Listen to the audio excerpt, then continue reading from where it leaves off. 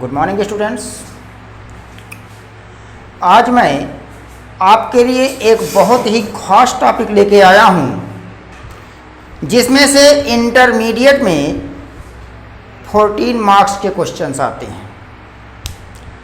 अब 14 मार्क्स मतलब काफ़ी ज़्यादा मार्क्स यहाँ से हैं, तो इस वीडियो को आप पूरा देखिएगा। वीडियो में कुछ चीज़ें ऐसी होंगी जो सीक्रेट होंगी और कुछ चीज़ें आपको डिस्क्रिप्शन बॉक्स में मिलेंगी। तो आइए देखते हैं कि आखिर वो हमारा टॉपिक कौन सा है जो हमारे एग्जाम के लिए इतना महत्वपूर्ण है और अपने अंदर जो है 14 मार्क्स को छिपा करके रखता है। तो आइए देखते हैं। हमारा टॉपिक है वकैब।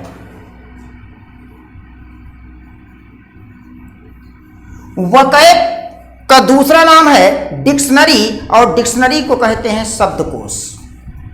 तो वकैब मीन्स क्या हो गया? शब्दकोश। अब यहां पर हम देखेंगे कि ये जो वकैब है यहां से कई तरह से क्वेश्चंस हमारे एग्जाम में आते हैं। तो आइए देखते हैं पहले कौन कौन से या किस किस प्रकार के क्वेश्चंस हमारे एग्जाम में आते हैं, फिर उनका हम एक एक का डिटेल में जो है अध्ययन करेंगे। तो आइए देखते हैं। जैसे वकैब, ये जो वकैब है यहां से हमारे एग्जाम में 14 मार्क्स के क्वेश्चंस आते हैं और ये 14 मार्क्स ऐसे हैं कि इसमें से अगर मार्क्स मिलते हैं तो या तो पूरे मिलते हैं या तो कट जाते हैं। अब वो क्वेश्चन पर अगर आप सही कर रहे हैं तो नंबर पूरा मिलेगा और क्वेश्चन अगर आपका गलत है तो नंबर पूरा जाएगा। यहाँ पर बट्टा लगने वाला काम नहीं है कि आपने कुछ सही लिखा कुछ गलत लिखा शायद मिल जाए, क्योंकि यहाँ पर जो हमें आंसर देना होता है वो मैक्सिमम 1 वर्ड में देना होता है। तो आइए देखते हैं वकैब के अंदर मतलब ये जो 14 मार्क्स हैं ये किन किन नामों से जाने जाते हैं और ये 14 मार्क्स में कितने मार्क्स का कौन सा क्वेश्चन आएगा। तो यहाँ पर हम देखते हैं वकैब में पहला पॉइंट आपका आता है साइनोनिम। अब साइनोनिम को हिंदी में क्या कहते हैं? पर्यायवाची। अब यदि आपने हिंदी पढ़ी होगी तो वहां पर आपने देखा होगा कि साइनोनिम मतलब पर्यायवाची होता है। अब यहां पर ये जो पर्यायवाची है यहां से आपका 3 नंबर का क्वेश्चन आएगा और यहां पर 3 शब्द आपके सामने आएंगे और इन तीनों ही शब्दों के आपको जो है पर्यायवाची लिखना है। अब यहां पर साइनोनिम 3 मार्क्स का आ गया। जैसे मान लीजिए आपके क्वेश्चन पेपर में साइनोनिम पूछा गया, साइनोनिम कितने मार्क्स का आएगा? 3 मार्क्स का आएगा। जैसे यहां पर आपका दे दिया जाए अबैंडन, जैसे यहां पर आपका दे दिया जाए फ्रीडम, अबैंडन हो गया, फ्रीडम हो गया। जैसे आपका यहां पर आ जाए एडवर्सिटी। मान लीजिए एग्जाम में ये 3 क्वेश्चंस आए और कहा गया कि right the synonym of the given words, दिए गए शब्दों के पर्यायवाची लिखिए। अब आपके सामने 3 क्वेश्चंस हैं, इन तीनों क्वेश्चंस के आपको पर्यायवाची लिखना है।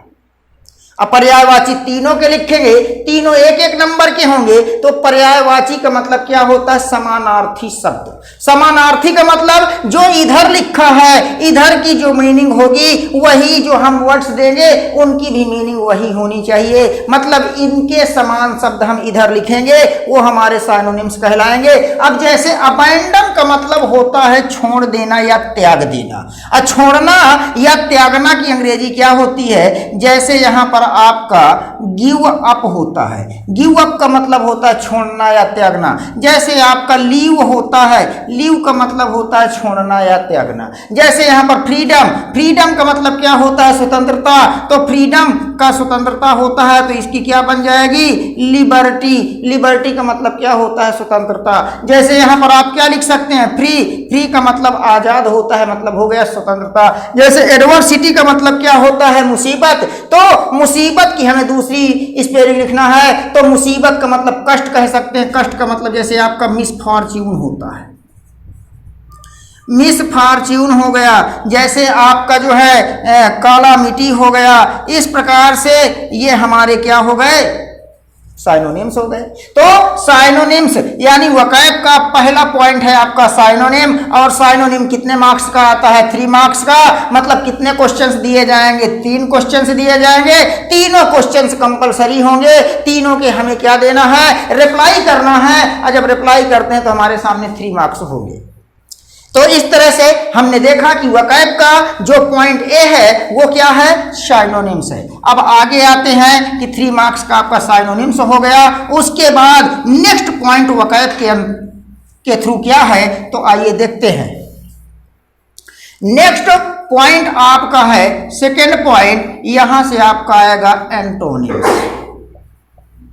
एंटोनिम आएगा और एंटोनिम को हम कहते हैं विलोम शब्द। विलोम का मतलब होता है विपरीत। मतलब अब यहां पर विलोम शब्द होए और विलोम शब्द आपका कितने मार्क्स का आएगा, ये भी आता है आपका 3 मार्क्स का। और यहां भी 3 क्वेश्चन दिए जाएंगे और तीनों क्वेश्चंस कंपलसरी होंगे, आपको तीनों क्वेश्चंस के जवाब देने हैं। तो आइए यहां पर हम देख रहे हैं कि एंटोनिम, एंटोनिम का मतलब क्या होता है, विलोम शब्द। विलोम शब्द का अगर इजी लैंग्वेज में देखा जाए तो विपरीतार्थी शब्द कहते हैं। यानी या ऐसे यहां पर जैसे हम लिख दिया जाए, यहां पर जैसे कह दिया जाए नॉलेज है आपका, नॉलेज है और नॉलेज का कहा कि विलोम कर दीजिए, तो नॉलेज का मतलब ज्ञान होता है। अज्ञान का विलोम क्या होगा, अज्ञान होगा, तो नॉलेज का क्या हो जाएगा, इग्नोरेंस हो जाएगा। जैसे यहां पर आपका सक्सेस है, सक्सेस का मतलब होता है सफलता, और सफलता का अगर विलोम देखेंगे तो क्या हो जाएगा, असफलता। यानी असफलता की अंग्रेजी क्या होती है, फेलर होती है। जैसे यहां पर आपका हो गया गैलेंट, गैलेंट का मतलब होता है सूरवीर या वीर। और यहां पर अगर गैलेंट का मतलब सूरवीर है तो इसका विपरीत शब्द देंगे तो उसका मतलब डरपोक होगा, और डरपोक का मतलब क्या होता है, कॉवर्ड होता है। तो इस तरह से हम देख रहे हैं कि साइनोनिम हमारे कितने क्वेश्चंस देगा, 3 क्वेश्चंस। एंटोनिम कितने क्वेश्चन देगा, 3 क्वेश्चन। और ये सभी क्वेश्चंस 1-1 मार्क्स रखते हैं, तो 3 नंबर का साइनोनिम हो गया और 3 नंबर का क्या हो गया, एंटोनिम हो गया। आइए देखते हैं वकैब के अंतर्गत नेक्स्ट पार्ट कौन सा है और वो नेक्स्ट पार्ट कितने मार्क्स का आता है।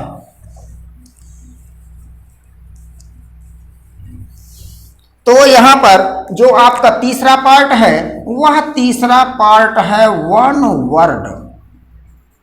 अब वन वर्ड का मतलब क्या है, वन वर्ड का मतलब होता है एक शब्द।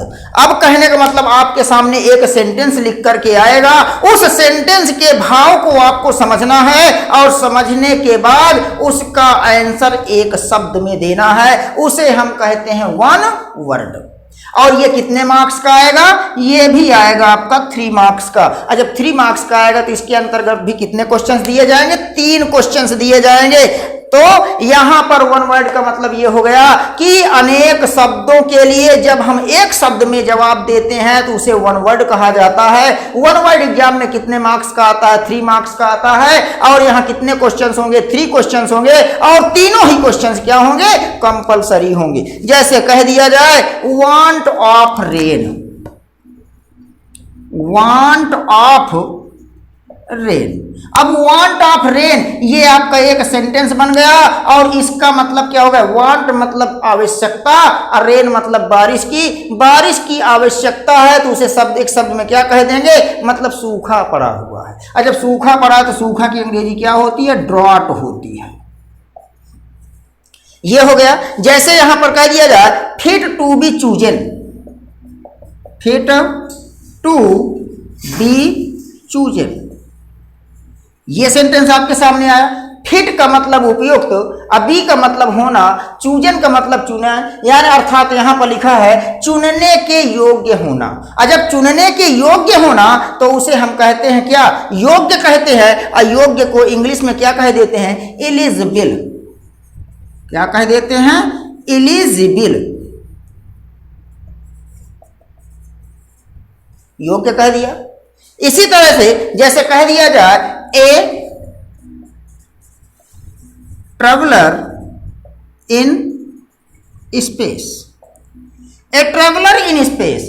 ट्रेवलर का मीन्स क्या होता है, यात्री, और स्पेस का मतलब क्या होता है, अंतरिक्ष। अर्थात वह व्यक्ति जो अंतरिक्ष यात्रा करता है उसे क्या कहते हैं, अंतरिक्ष यात्री कहते हैं। और अंतरिक्ष यात्री को इंग्लिश में क्या कहते हैं, एस्ट्रोनॉट। इस तरह से हमने देखा कि वन वर्ड में हमारे कितने सेंटेंस आएंगे, 3 सेंटेंस आएंगे। उन तीनों सेंटेंस का हमें जवाब किस में देना है, एक शब्द में देना है ना। तो इस तरह से हमारा जो है साइनोनिम 3 मार्क्स का हुआ, एंटोनिम 3 मार्क्स का हुआ, इसके बाद वन वर्ड 3 मार्क्स का हुआ। अब आगे हम देखते हैं कि इसमें नेक्स्ट पॉइंट कौन सा है और वहां से कैसे क्वेश्चंस आते हैं और उस टॉपिक या पॉइंट का नाम क्या है।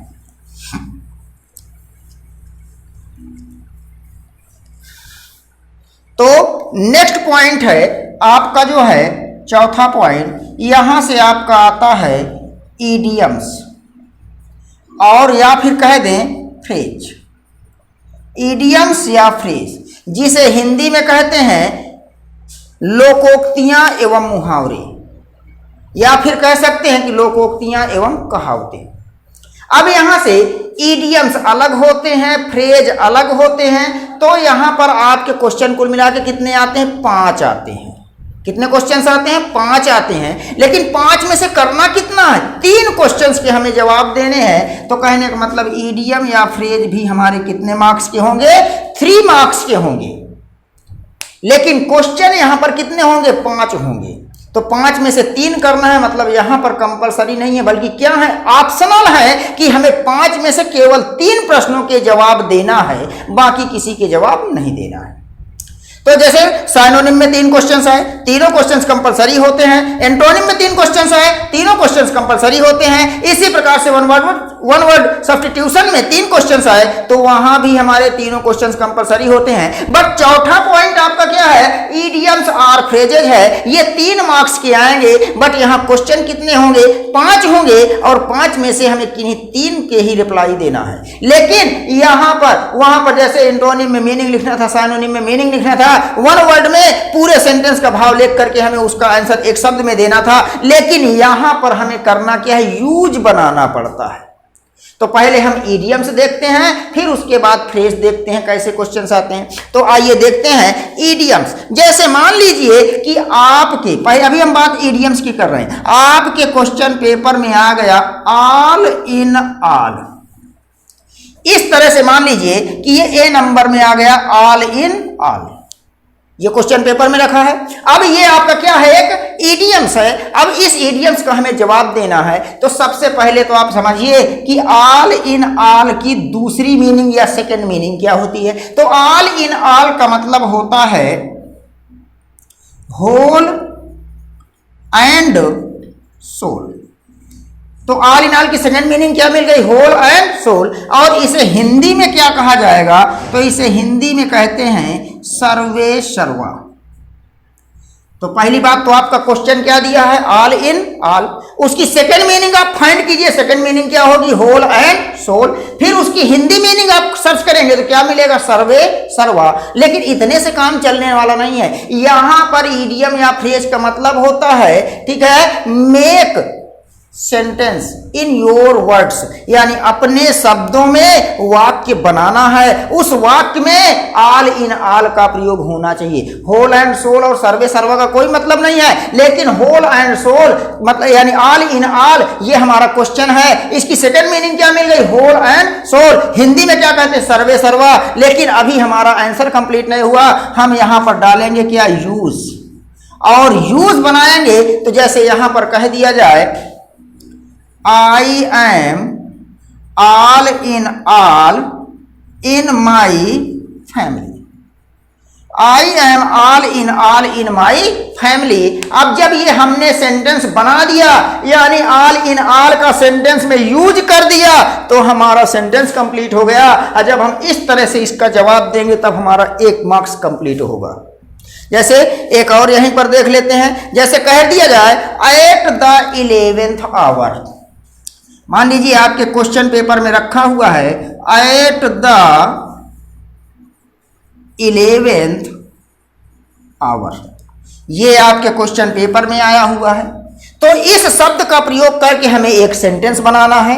अब सेंटेंस बनाना तो पहले हम सेकंड मीनिंग खोज लें, फिर उसकी हिंदी मीनिंग खोज लें, तब उसका यूज दें, एक अच्छा इफेक्ट पड़ेगा। लेकिन हम चाहें तो डायरेक्ट यूज भी दे सकते हैं। सेकंड मीनिंग नहीं खोजेंगे कोई मतलब नहीं है, हिंदी मीनिंग नहीं खोजेंगे कोई मतलब नहीं है। केवल इस यानी जो ये आपके वर्ड्स लिखे हैं इन वर्ड्स का सेंटेंस में यूज होना चाहिए। लेकिन अगर अच्छा इफेक्ट डालना है एग्जामिनर पर तो हम इसकी सेकंड मीनिंग दे दें, इसकी हिंदी दे दें, उसके बाद यूज लिखें, एक अच्छा एग्जामिनर पर इफेक्ट डालेगा और आपकी मार्किंग बहुत बेहतरीन हो जाएगी। तो एट द 11th आवर की सेकंड मीनिंग क्या होगी? सेकंड मीनिंग होगी at the last moment. At the last moment. अब एट द लास्ट मूमेंट हो गया। लास्ट मतलब क्या होता है? अंतिम। मूमेंट मतलब क्या होता है? क्षण। तो कहने का मतलब हिंदी मीनिंग क्या निकल आई? अंतिम क्षण। अंतिम क्षण। अब आपकी मीनिंग निकल आई अंतिम क्षण। अब यहां पर मेन हमारा जो आंसर है उसका हम यूज देते हैं और यूज में जो क्वेश्चन लिखा है क्वेश्चन पेपर पे हमें उस सेंटेंस में उसका प्रयोग करना है। तो यहां पर जैसे कह दिया जाए she refused to go with me at the 11th our.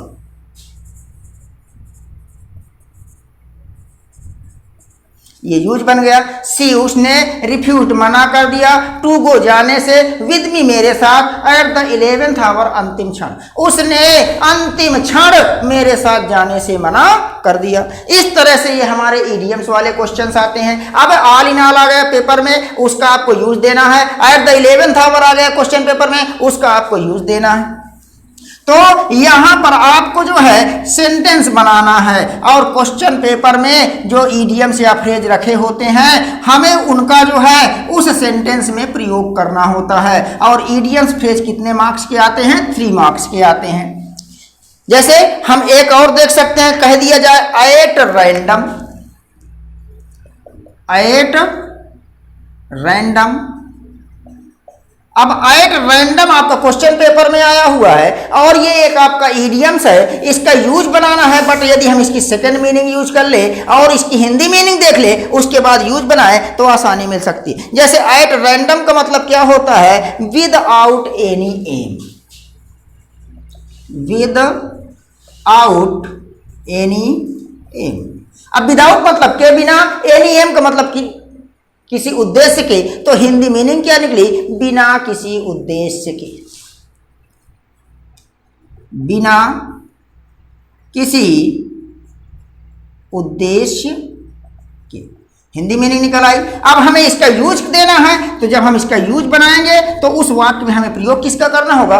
At random का। जैसे कह दिया जाए the soldiers fired their guns. The soldiers fired their guns at random। The soldier सिपाहियों ने या सैनिकों ने फायर किया, देयर गन्स अपनी बंदूकों का, एट रैंडम बिना किसी उद्देश्य के। तो इस तरह से ये हमारे कुछ इडियम्स के क्वेश्चन आए और इडियम्स के क्वेश्चन का हमें कैसे जवाब देना है ये आपने सीख लिया। आइए यहीं पर मैंने बात किया था इडियम्स होंगे या फिर क्या होंगे? फ्रेज। तो क्वेश्चंस हमारे इडियम और फ्रेज से रिलेटेड होते हैं। तो यदि हम फ्रेज की बात करते हैं तो उसे फ्रेज नहीं, हम फ्रेजल वर्ब के नाम से जानते हैं। किसके नाम से जानते हैं? फ्रेजल वर्ब के नाम से। अब फ्रेजल वर्ब का मतलब क्या होता है? सबसे पहले तो हम यही जान लें कि आखिर फ्रेजल वर्ब है क्या। वर्ब और फ्रेजल वर्ब में थोड़ा सा डिफरेंस होता है और वो डिफरेंस क्या होता है? यदि हम वर्ब की बात करते हैं और हम किसकी बात करते हैं? फ्रेजल वर्ब की बात करते हैं। तो वर्ब और फ्रेजल वर्ब में डिफरेंस क्या है? What is the difference between verb and phrasal verb? तो चलिए आइए देख लेते हैं थोड़ा सा इसके डिफरेंस को कि वर्ब और फ्रेजल वर्ब में डिफरेंस क्या होता है। तो वर्ब जैसे यहां पर अगर कह दिया जाए लुक, तो लुक आपका क्या है? वर्ब। और लुक का मतलब क्या होता है? देखना। ठीक है, अब ये हमारा वर्ब हो गया। फ्रेजल वर्ब है तो फ्रेजल वर्ब बनता कहां से? सबसे पहली बात तो ये जाने, जब कभी भी हम वर्ब में क्या लगा देते हैं? प्रीपोजिशन लगा देते हैं तो वह वर्ब हमारी क्या बन जाती है? फ्रेजल वर्ब बन जाती है। और जब वर्ब होगा तो मीनिंग कुछ और होगी, वर्ब के साथ प्रीपोजिशन लगाएंगे तो वह शब्द कहलाएगा फ्रेजल वर्ब और मीनिंग अलग हो जाएगी। जैसे लुक मीन्स क्या हुआ देखना, यदि यहाँ पर हमने लुक लिखा, लुक के आगे हमने आफ्टर लगा दिया तो लुक आपका वर्ब हो गया, आफ्टर आपका प्रीपोजिशन हो गया। जब वर्ब और प्रीपोजिशन मिले तो इन्होंने एक नए शब्द का निर्माण किया, वह नया शब्द आपका क्या है, फ्रेजल वर्ब है। और यहाँ लुक मीन्स देखना हुआ, फ्रेजल वर्ब नया शब्द आया, यहाँ पर मीनिंग चेंज हो गई। इसका मतलब होता है देखभाल करना, ये हो गया। जैसे यहीं पर कह दिया जाए, जैसे आपका गो है, गो मीन्स क्या होता है जाना, अगर यहां पर गो लिख करके उसके साथ प्रीपोजिशन आउट लगा दें तो गो आउट का मतलब होता है बुझाना। जैसे पुट है, पुट का मतलब क्या होता है रखना। और इसी प्रकार यहां पर कह दिया जाए पुटअप, तो पुटअप का मतलब क्या होता है पहनना। तो जैसे ही वर्ब में प्रीपोजिशन जुड़ता है तो मीनिंग चेंज हो जाती है, और मीनिंग चेंज होने पर यानी वर्ब प्लस प्रीपोजिशन दोनों मिलकर के एक नए शब्द का निर्माण करते हैं, और वह नया शब्द क्या है, फ्रेजल वर्ब। तो हमने वर्ब और फ्रेजल वर्ब में डिफरेंस देख लिया। अब फ्रेजल वर्ब से क्वेश्चन कैसे आते हैं जरा ये देखना है।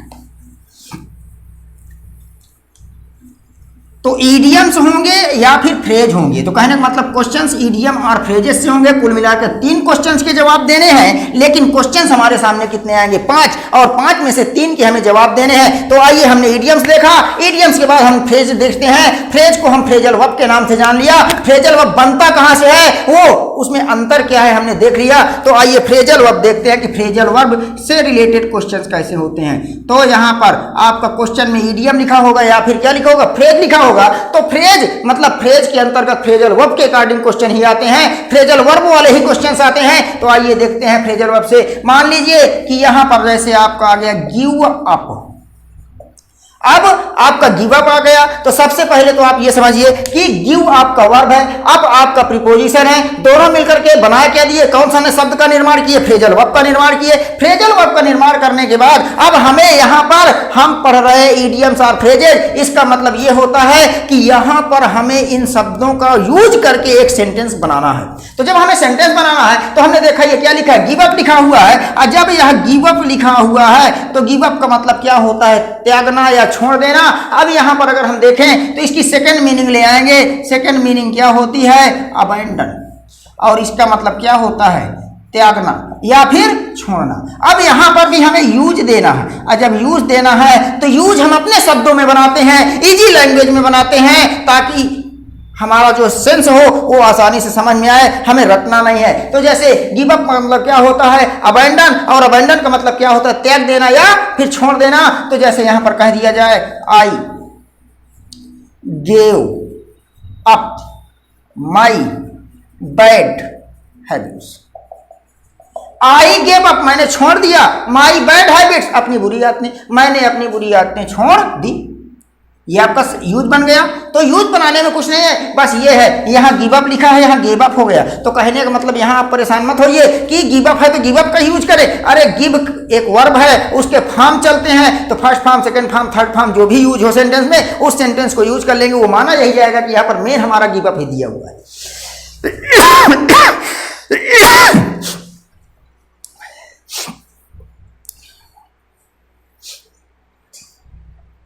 जैसे कह दिया जाए gate rid of, gate rid of, ये सेंटेंस में आपका आ गया क्वेश्चन। कहा कि इन शब्दों का प्रयोग करके कोई वाक्य बनाइए। तो अपने शब्दों में आपको वाक्य बनाना, तो सबसे पहले इसका जो है सेकंड मीनिंग देख लीजिए। इसकी सेकंड मीनिंग क्या होती है, तो इसकी सेकंड मीनिंग होती है free one self from, free one self from, ये सेकंड मीनिंग हो गई। जरा इसकी हिंदी मीनिंग खोज लीजिए। तो इसकी हिंदी मीनिंग क्या होती है, फ्री का मतलब क्या होता है, मुक्त होना, और वन सेल्फ फ्रॉम किसी से, अर्थात कहने का मतलब किसी से छुटकारा पाना। जब हम इसकी हिंदी लिख देंगे तो क्या हो जाएगा, किसी से छुटकारा पाना। इसीलिए कहता हूं कि सेकंड मीनिंग फाइंड कर लेना। सेकंड मीनिंग से हमें जो है हिंदी अर्थ स्पष्ट हो जाता है। उस हिंदी अर्थ को लेकर के हम एक ट्रांसलेशन हिंदी में बना लें और उसका इंग्लिश में ट्रांसलेट करते हैं, हमारा यूज बन जाता है। आइए देखते हैं, जैसे इसका यूज की बात कर लें तो यहां पर जैसे यूज हो गया तो यूज क्या कह देंगे, जैसे कह दिया जाए I want to get rid of my illness. I want मैं चाहता हूं, टू गेट रीड ऑफ छुटकारा पाना, माई इलनेस अपनी बीमारी से, मैं अपनी बीमारी से छुटकारा पाना चाहता हूं। तो यहां पर हमने देखा कि यहां पर जो हमारे 14 मार्क्स हैं वहां से हमने देखा कि एंटोनिम साइनोनिम आता है 3 मार्क्स का, और एंटोनिम आता है 3 मार्क्स का, वन वर्ड सब्स्टिट्यूशन आता है 3 मार्क्स का। ये कंपलसरी क्वेश्चन है। उसके बाद आपका ईडियम्स और फ्रेजेज आता है जिसमें 5 क्वेश्चन हैं, 5 में 3 करना है। तो कहने का मतलब ईडियम और फ्रेजेज भी 3 मार्क्स का हो गया। 4 पॉइंट हमने देख लिया और 4 पॉइंट में सभी 3-3 मार्क्स के क्वेश्चंस हैं। तो इस तरह से हमने 12 मार्क्स के क्वेश्चन देख लिए। आइए अब हम आगे देखते हैं कि वकैब का नेक्स्ट पॉइंट कौन सा है और वो क्या है ना। तो नेक्स्ट पॉइंट देखते हैं। तो आपका जो नेक्स्ट पॉइंट है, आपका 5वां पॉइंट है, वो है होमोफोन्स।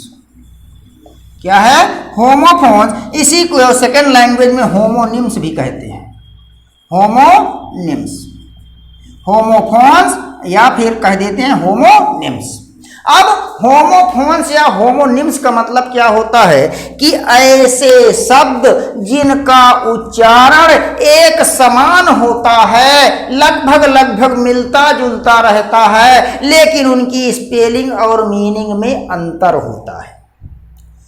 होमोफोन्स किसे कहते हैं? ऐसे शब्द जिनके उच्चारण मिलते जुलते दिखाई देते हैं, प्रतीत होते हैं, किंतु उनके स्पेलिंग और मीनिंग में अंतर होता है, उसे हम होमोफोन्स या होमोनिम्स कहते हैं। और यह कितने मार्क्स का आता है? 2 मार्क्स का। और यहाँ पर केवल 2 ही शब्द लिखे होंगे। उन दोनों शब्दों का अपनी भाषा में, अपने शब्दों में प्रयोग कर रहा है। अब प्रयोग का मतलब वाक्य प्रयोग करना है। और जब वाक्य प्रयोग करेंगे तो आपका जो है होमोफोन्स कहलाएगा। अब यहां पर 2 सेंटेंस, 2 शब्द देंगे और दोनों शब्द के आपको वाक्य बनाने हैं और दोनों कंपलसरी होंगे। जैसे यहां पर कह दिया जाए एक्सेस एंड एक्सेस। एक्सेस एक शब्द आया, एक्सेस दूसरा शब्द आया। अब यहां पर एक्सेस और एक्सेस उच्चारण लगभग एक समान मिलते जुलते हैं, तो इन्हें हम क्या कह दिए? होमोफोन्स। ये आपके क्वेश्चन पेपर में आ गए कि एक्सेस एंड एक्सेस का अपने वाक्यों में प्रयोग कीजिए। तो एक्सेस का मतलब होता है पहुंच और एक्सेस का मतलब होता है अधिकता। एक्सेस का मतलब होता है पहुंच और एक्सेस का मतलब होता है अधिकता। अब यहां पर हमें इनका वाक्य प्रयोग बनाना है। क्या बनाना है? वाक्य प्रयोग बनाना है। तो कहने का मतलब हमें इनका यूज लिखना पड़ेगा। और जब यूज लिखेंगे तो एक्सेस का यूज क्या होगा और एक्सेस का यूज क्या होगा, यही हमको देखना है। तो जैसे यहां पर कह दिया जाए I have no access to the DM. DM means district magistrate. I have no access to the DM, यानी DM के पास मेरी कोई पहुंच नहीं है। और एक्सेस का मतलब क्या हो गया? अधिकता। तो यहां पर जैसे कह दिया जाए excess of everything, excess of everything, excess of everything is bad. अब एक्सेस ऑफ एवरीथिंग, प्रत्येक वस्तु की अधिकता, इज बैड, खराब होती है। तो यहां पर ये होमोफोन्स में इस तरह से क्वेश्चन आएंगे, मतलब शब्द जो होंगे वो जो है उनका प्रोनाउंसिएशन या जो उच्चारण होता है वो लगभग एक समान सा प्रतीत होता है, किंतु उनके मीनिंग में और स्पेलिंग में डिफरेंस होता है। हिंदी मीनिंग को पहुंच करके उन शब्दों का अपने वाक्यों में प्रयोग करना है, उनका यूज करना है, वही हमारे होते हैं होमोफोन्स। जैसे यहां पर कह दिया जाए शोर और आपका आ गया शोर, ये आ गया। ये आपके दो शब्द आ गए और ये आपके क्या कहलाएंगे, होमोफोन्स। देखो शोर इसको भी पढ़ा जाएगा, शोर इसको भी पढ़ा जाएगा, प्रोनाउंसिएशन सेम हो गया, लेकिन देखो दोनों की स्पेलिंग में डिफरेंस है, अभी मीनिंग में भी डिफरेंस आ जाएगा। इस शोर का मतलब होता है उड़ना और इस शोर का मतलब होता है खट्टा। मीनिंग में अंतर आ गया, स्पेलिंग में अंतर आ गया, बट प्रोनाउंसिएशन क्या है, सेम सा प्रतीत होता है। अब इनका हमें यूज करना है अपने वाक्य प्रयोगों में। तो जब यूज करना है तो जैसे यहां कर कह दिया जाए the bird is soaring high, the bird is soaring high, पक्षी ऊंचाई से उड़ रहा है। सोर मीन्स खट्टा है, जैसे यहां कह दिया जाए ग्रेप्स आर सोर, अंगूर खट्टे होते हैं। तो ये हमने यूज बना लिया। तो इस तरह से ये हमारे होमोफोन्स आ गए। हमने देखा कि वकैब 5 टॉपिक को छिपा कर रखा है और उन 5 टॉपिकों को मिलाकर कुल मिलाकर यहाँ पे 14 नंबर आते हैं। तो 14 मार्क्स को पाने के लिए हमारा पहला टॉपिक है साइनोनिम का, जहां से 3 मार्क्स के क्वेश्चंस आते हैं। 3 क्वेश्चंस आते हैं, तीनों कंपलसरी होते हैं। फिर इसके बाद दूसरा टॉपिक है एंटोनिम का। एंटोनिम का मतलब होता है विलोम शब्द। यहां से भी 3 क्वेश्चंस होते हैं, तीनों क्वेश्चंस कंपलसरी होते हैं और 3 मार्क्स के होते हैं। फिर इसके बाद आपका आता है वन वर्ड। वन वर्ड भी हमारे जो है 3 मार्क्स के होते हैं, 3 क्वेश्चंस होते हैं, तीनों कंपलसरी होते हैं। उसके बाद आता है आपका इडियम्स और फ्रेजेज। तो इडियम्स और फ्रेजेज आपके 3 मार्क्स के होते हैं, बट क्वेश्चन कितने होते हैं, 5 में से हमें अटेम्प्ट कितने करने हैं, ओनली 3 के रिप्लाई देने हैं। तो इसके बाद आपका लास्ट पॉइंट आपका आता है होमोफोन्स का। होमोफोन्स में 2 शब्द दिए होंगे और दोनों शब्द का मतलब जो है प्रयोग करते हुए एक वाक्य बनाना है। तो जब हम अलग अलग शब्दों का प्रयोग करके अलग अलग 2 वाक्य बनाएंगे तो यहां से 2 नंबर का आता है। तो इस प्रकार कुल मिला करके हमारा जो वकैब से रिलेटेड टॉपिक है वो 14 मार्क्स का होता है। और ये ऐसे मार्क्स हैं कि जो एकदम सॉलिड मार्क्स होते हैं। यदि आप करते हैं, सही क्वेश्चन है आपका, तो मार्क्स पूरे मिलेंगे। यदि आपका क्वेश्चन गलत है तो फिर आपको कोई मार्क्स नहीं मिलेगा।